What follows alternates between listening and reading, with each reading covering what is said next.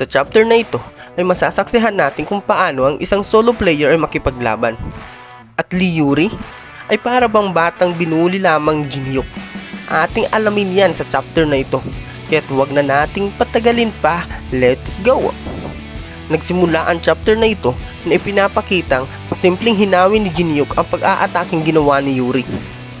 At makikitang nanlaki ang mga mata ni Yuri sa ginawang pagdepensa ng ating bida. Makikitang nabiyak ang mga simentong dinaanan ng sibat sa pag-aataking ginawa ng ability ni Yuri. Hindi maiwasang magtaka ng mga taong nasa loob ng museum sa nasaksihan nilang pagdepensa ng ating bida sa sibat. At napasambit na lamang ang lalaking ito ng paano nangyari yun? Hindi man lang niya iniwasan ng pag-atake. Sagot naman ng isang lalaki, okay lang kaya ang mga kamay niya? At napalingon sa kanila ang ating bida. At sinabi sa kanyang isip na hindi nila alam kung ano ang stats ko ngayon. Kaya't ganyan na reaksyon nila. At nagsalita si Jinhyuk, ano nang gagawin mo sa alaga mong tuta? Ngayon pa't wala nang nag-iisang sandata nito. At dali-daling kinuha ni Yuri ang mga natitirang estatwa sa kanyang bag at nagwikang, sinong nagsabing wala na? Marami pa akong estatwa dito. At inactivate ang kanyang ability kung saan ang hawak niyang estatwa ay naging buhay na. Sabay sambit ni Yuri ng, ano sa palagay mo ngayon? Makakatawa ka pa kaya? Hindi na masama, sagot naman ni Jinhyuk. Sa taglay niyang maliit na mana pool, kahanga-hangang kaya niyang pagsabayin ang limang yan. Hindi siya ordinaryong babae, wika ni Jinhyuk sa isip niya. Katulad na lamang ng lalaking matanda kanina. Marami din talagang mga galing na newbie, dagdag pa neto. At napatanong na lamang ang babae kay Jinhyuk ng, hindi na masama?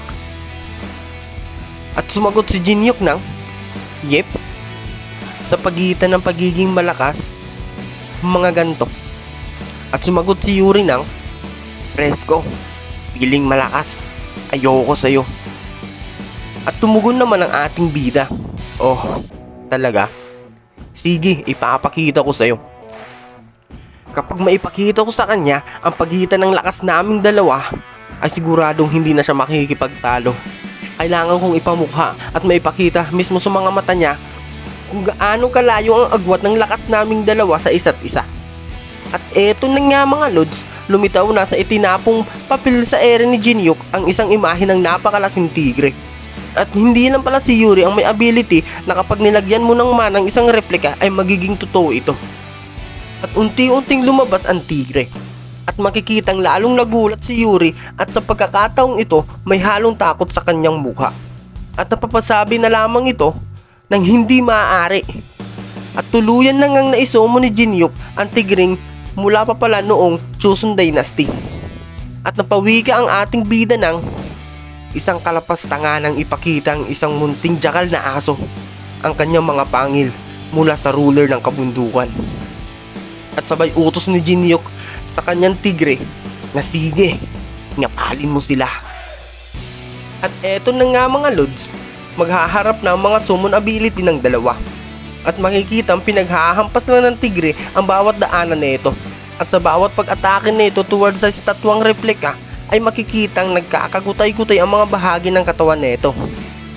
At dito napagtanto ni Yuri na wala sa kalingkingan ng lakas ng mga estatwa niya laban sa summon beast ng ating bida. At ang nasabi na lamang nito sa sarili niya ay marami na siyang narinig sa paggamit ng mga artifacts.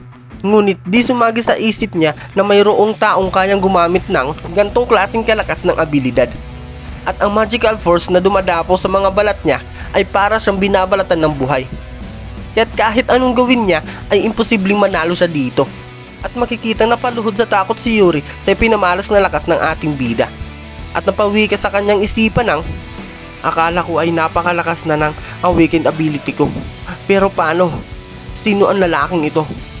At makikitang lumapit ng mahinahon ang ating bida kay Yuri at nagwika ng, sige na, ibigay mo na. Ano bang hinahanap mo? Sagot naman ni Yuri. At tumugon ng ating bida ang Mask of Tutankhamun. At biglang napaluha at napipikon si Yuri at nagwika ng, wala itong silbi dito sa Korea. Saan mo naman ito balak gamitin? At sininisasan ng ating bida ang Summon Beast Tiger niya upang takutin si Yuri. At napasabi si Yuri ng, ito na, ibibigay ko na. At makikitang na-obtain na ng ating bida ang replika ng The Mask of Tutankhamun. At napawiki ang ating bida sa kanyang sarili. Ayos, sa wakas, pangalawang artifact na ang nakuha ko. At nagwiga si Yuri, gusto mo bang makuha ang The Great Map of the Eastland? Ngunit dahil sa mga nangyari ay nawala sa isip ng ating bida ang tungkol sa mapa. At sumagot na lamang siya ng, hindi mo na kailangang mangamba tungkol dyan. At inutusan ng ating bida ang kanyang tigre na ito na ang bahalang magbantay sa palapag na ito upang walang makakasunod sa kanya. At makikitang anumang oras ay pwedeng lumusob ang tigre sa mga magtatangkang dumaan. At napasabi sa kanyang sarili si Jinyuk ng, ang preparasyon para sa pinakamalakas na skill ng Tower of Trials ay tapos na. At dito nagtatapos ang ating chapter mga lods. So please like and subscribe para sa mga susunod na updates. Salamat!